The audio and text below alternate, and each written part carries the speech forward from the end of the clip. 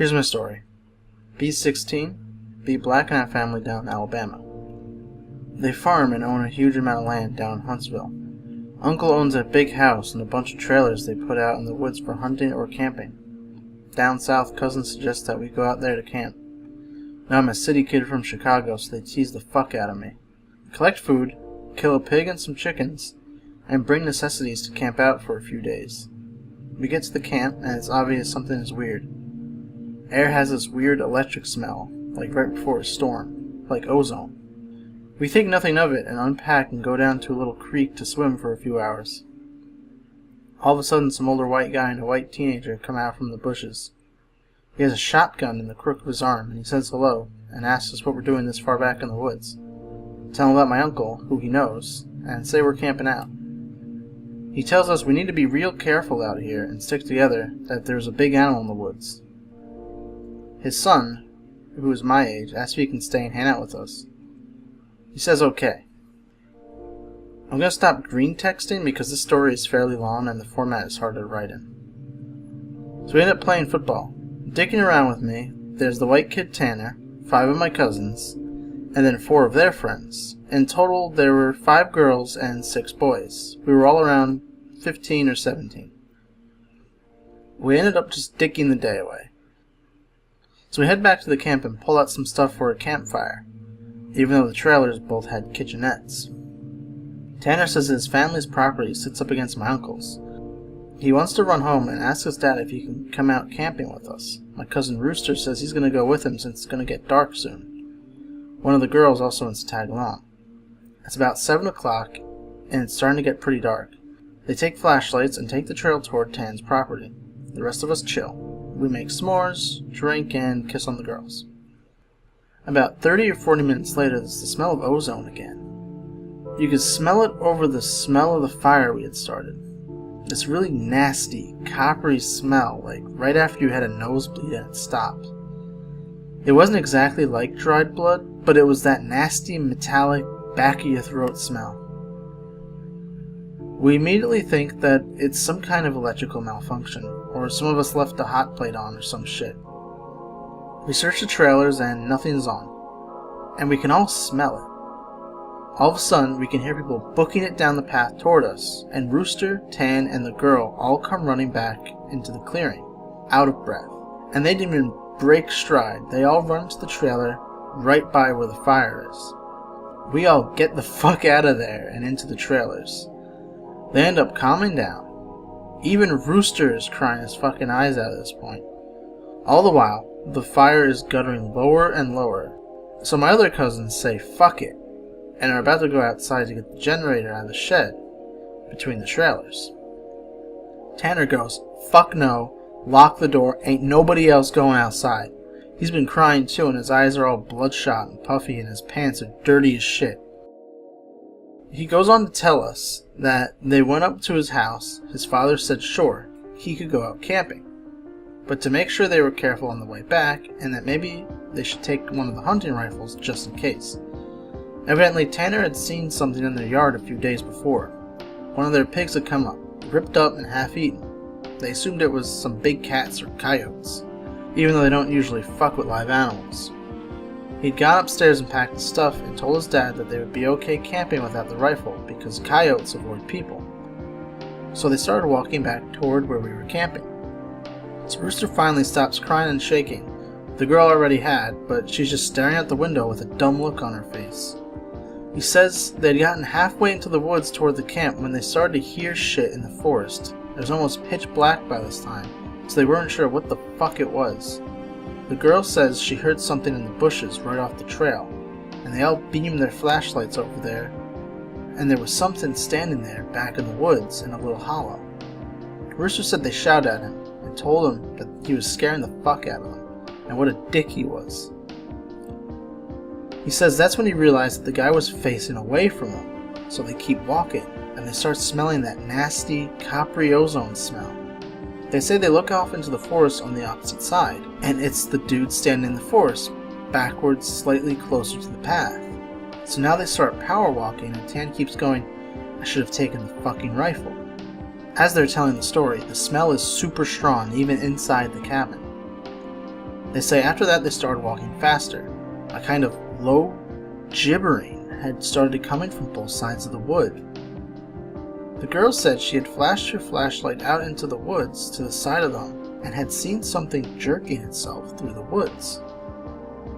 The gibbering just got louder and louder, and when they could see the light from our campfire, something had come out of the woods about 40 yards behind them onto the track, and they had just flat out ran as hard as they could to the trailer.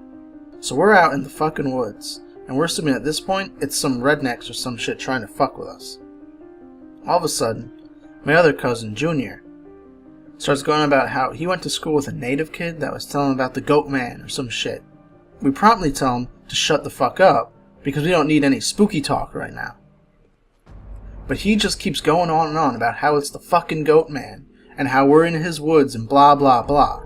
Now at the time, I'd never heard of this Goatman or any of that, but a couple years ago, the year before I graduated from college, I had a Menom for a roommate. I ended up asking him about it. And to sum it up, it's basically a fucking man with the head of a goat, and he can shape-shift, and he gets among groups of people to terrorize them. It's also supposed to be kind of like the Wendigo, and it's bad mojo to even talk about it, and even worse if you see it. Keep in mind, I didn't know this back when I was 16, so my cousin is going, the Goatman is going to get in and fucking get us. The girls are all terrified, and my cousins and I are fucking trying to figure out if it's just some hillbillies or if it's some animal. So all of a sudden, the smell just goes away. Like to this day, I haven't experienced anything like it. Like usually smells fade away or lessen. It just literally was there 1 second, and then not the second after. So it's after an hour, making around 9 or 10. You've stopped shitting bricks enough to go back outside and stoke the fire again. We figure it was just some assholes trying to fuck with us. So we don't go back home, because we think if we do, they'll chase us through the woods or some crazy shit. Nothing else weird happens that night, and we stay another night. And for the main part of the night, nothing happens. At about 1 in the morning, we're outside getting drunk and telling ghost stories. As someone is finishing some too spooky story, I don't remember what it was about, the smell comes back. It's so fucking strong that one of the girls literally starts vomiting. I stand there, and you can actually feel how clammy the air is. I say we should get inside and that this isn't right. We should have just fucking left. We all go back inside, and we're standing around. My cousin just keeps going on and on about how it's the Goatman, and my cousin Rooster tries to shut him the fuck up. And all the while, I'm just feeling that something is wrong, and I can't figure out what the fuck it is. We end up sitting in there for a while. The smell is just as strong, and we're terrified, and all huddled together in this camper. We end up cooking brats for everybody because nobody wants to go outside. It's one of those packs with 4 brats. We have a total of 3 packs. I grill them up on the stove and give everybody a hot dog.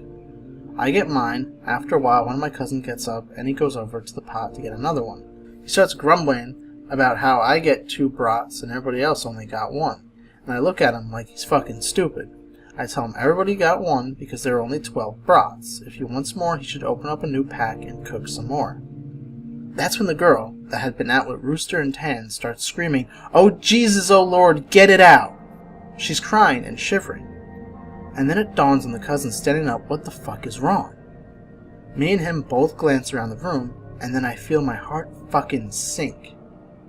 I run the fuck out of the cabin, and the girl runs out with us, the trailer doors banging against the side of the trailer as everybody books out of the cabin.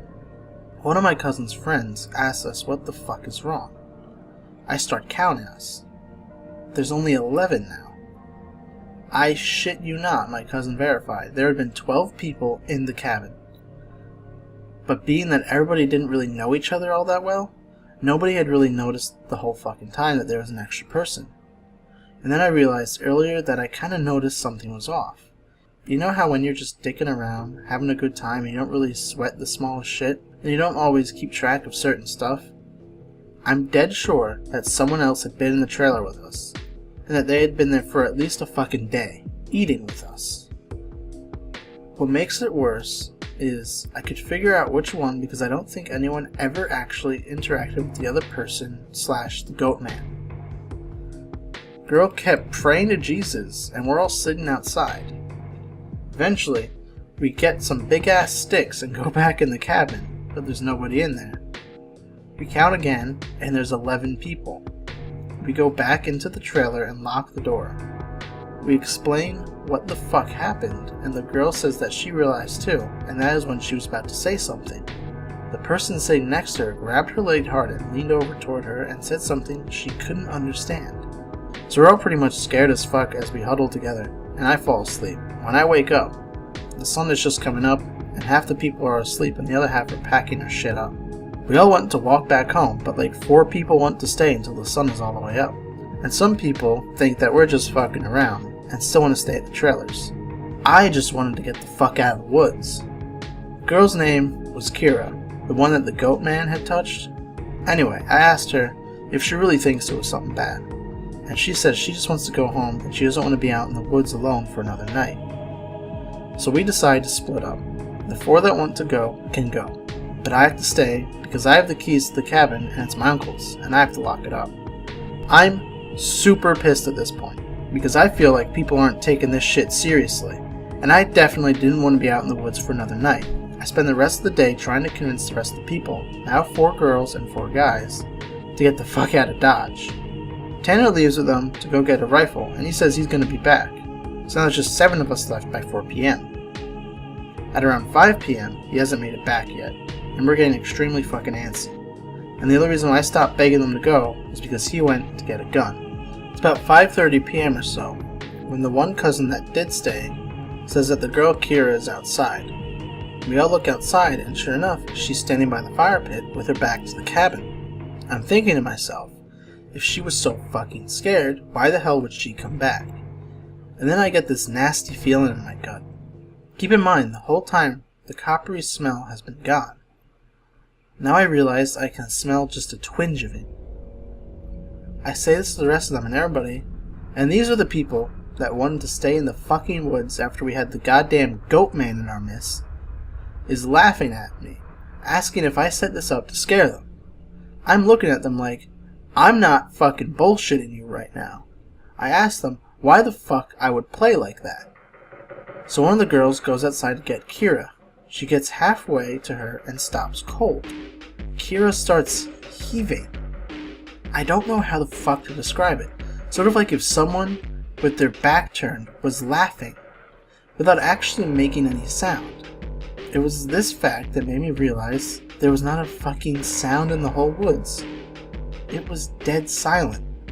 This was like later in September, so it was still fairly hot at the time. But it was super chilly some days too. And you could usually hear big ass geese honking or some kind of birds or squirrels chit-chatting. So I step out the door and I tell her to come back in the fucking trailer right now. She backs up into the trailer and we lock the fucking door. We pull down all the shades except one and put a guy in a chair there to watch her. She stands there for another 20 minutes or so.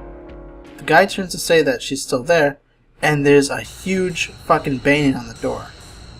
We all jump the fuck up and scramble around the living room of the trailer. The banging is super fucking loud. So now my cousin is holding one of the girls, and the other 2 are kinda giggling with nervous laughter. And me and the other guys are shitting bricks. Then we hear Tan. He's screaming, "Let me the fuck in! Stop fucking playing!" So we go over to the door and open it, and he stumbles in with a rifle. There's nobody else outside. Evidently, he had walked up to the campsite. Nothing weird happened in the forest, but he had seen a girl. Mind you, he said it was not Kira standing there. When he had gotten to the edge of the clearing, she had turned toward him with the slack-jawed look and just stared him down, slowly tracking him as he walked around the outside of the clearing towards the camp. He said it wasn't until he was almost halfway to the trailer that he had realized that she had been getting closer to him. She had started off by the fire, and without him even seeing her move, she had been turning, inching closer. He said he just ran the rest of the way back to the cabin, thinking it would open, and when he got to the door and it was locked, he turned and it was half the distance to the door. He looks around the room and gets super pale. He pulls me to the side and whispers in my ear, "You know that there are only 7 of us in here, right?" I get that feeling where your stomach drops to your nuts. It had been back inside the trailer while we were sorting out who was going where. And then, when we all went outside to talk earlier in the day, it had just slipped right back in. We looked out the window, and there's nobody out there. So we recount everyone, and then basically I go over and ask everyone how many people were here earlier, and everybody says 8. I say, well, how many are here now? They all do the count and realize that there's now only 7 people in the cabin. So Tan had brought back a couple boxes of ammo and his rifle. And he had told his dad that there was some kind of animal in the forest because he didn't think his dad would believe him if he said it was the Goatman. He says that his cousin is supposed to be coming down in a few hours and that in the morning we can all go back to his place and his cousin will drive us home.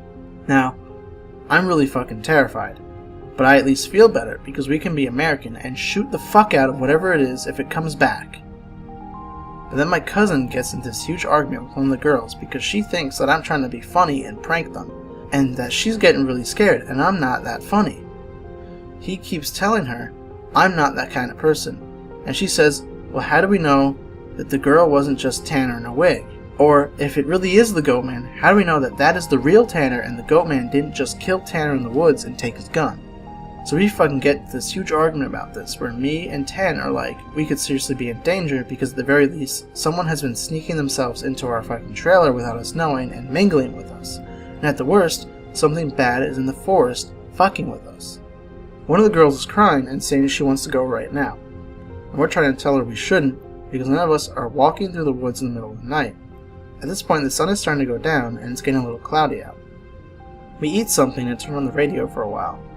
We can't really get a station out there with anything decent, so we turn it off at about the time Tan's cousin shows up.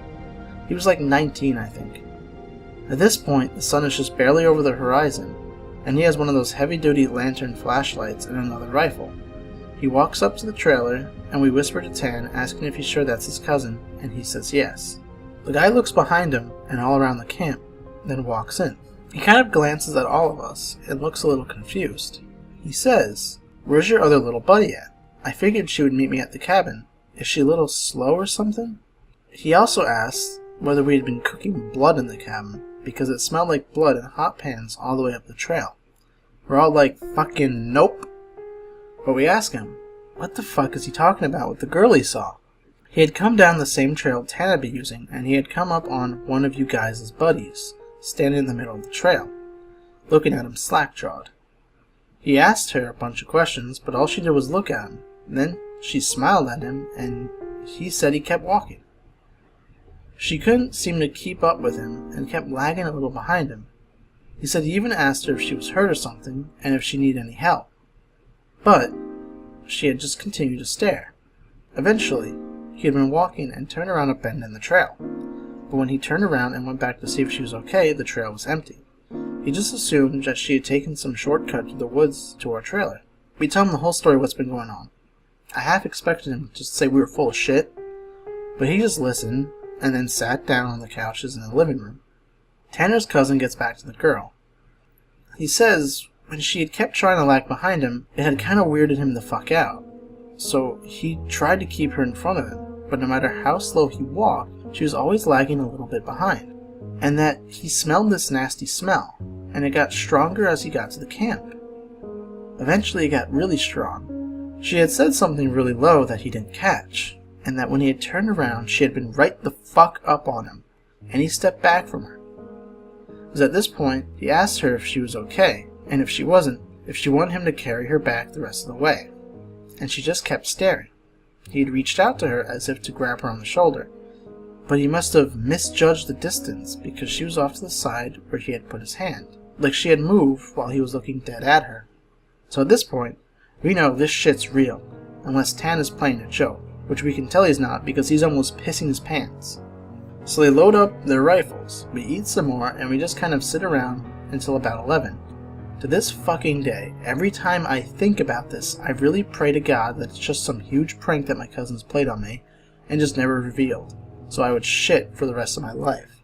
At around 11 o'clock, the stink of copper turns into an actual nasty, gross, blood-like smell and singed hair.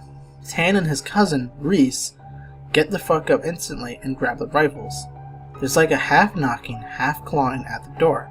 And I shit you not, there's this voice, and it sounds like when you see those YouTube cats and dogs whose owners teach them how to talk. It says in this halting, weirdly toned voice, "Let me the fuck in. Stop fucking playing." It made my fucking nuts creep up against my body, and one of the girls just starts crying and calling on Jesus. It was so fucking obviously not a person talking. It didn't have the right cadence, and that's some shit I never realized until that moment. But all people have a certain cadence when they talk. No matter what language, all people have a certain kind of rhythm when talking. This shit didn't have any kind of cadence or rhythm. It's like one of those YouTube cats. That's what the fuck it sounded like outside the door. So now I'm in full-on terror mode. We keep yelling outside, "Who is it? Stop fucking around, man." And it just keeps going, "In," or "Let me the fuck in," for almost 15 minutes. So then the smell goes away for a while. And for the next hour or so, you can hear someone basically creeping around in the woods and shit. Every couple minutes, it'll come back to the door and say something. Finally, when the smell fades away, it's around 2 in the morning. Reese says, "Man, fuck this," and opens the door and walks outside with his rifle.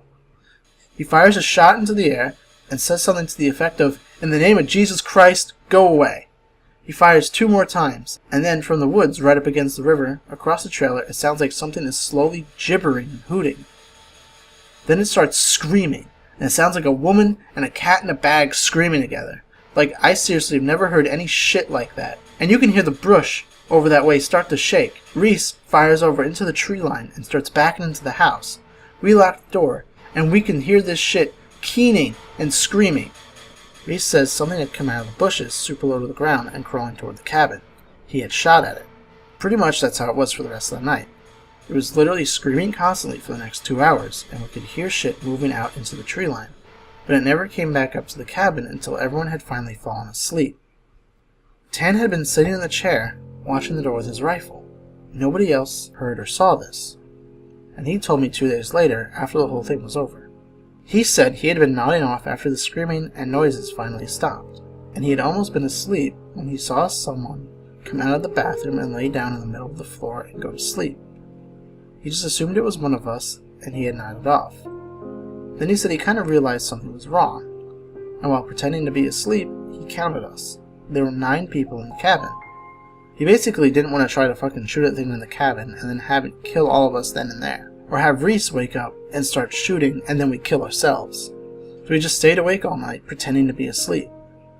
He said sometimes it would stand up and kind of do this weird jittery thing, or heave like it was laughing. But then it would lay back down. The story closes pretty weak, because from my perspective, nothing happened. We woke up and I noticed that Tan was a little jittery, and that he had been avoiding looking at all of us. But we ate some breakfast, packed up, and started walking towards his house. He stayed last in the cabin, and said he'd lock up and bring me my uncle's keys. To just start walking and he'd catch up, which I really didn't want to fucking do. We got a little bit up the path, and when he came running up, basically we just jogged back to his house. His cousin took us home. There was a window in the bathroom. Tan had gone back to lock up and looked in there. We were too stupid to lock a screenless window. The window was fucking up when he went in there. I'm guessing it had been doing that all along, waiting for us to fall asleep or slip up, and then getting in among us. It walked with us all the goddamn way back to his house. And then, he said, it lagged to the back of the group, and looked him dead in the eyes, before walking back into the woods.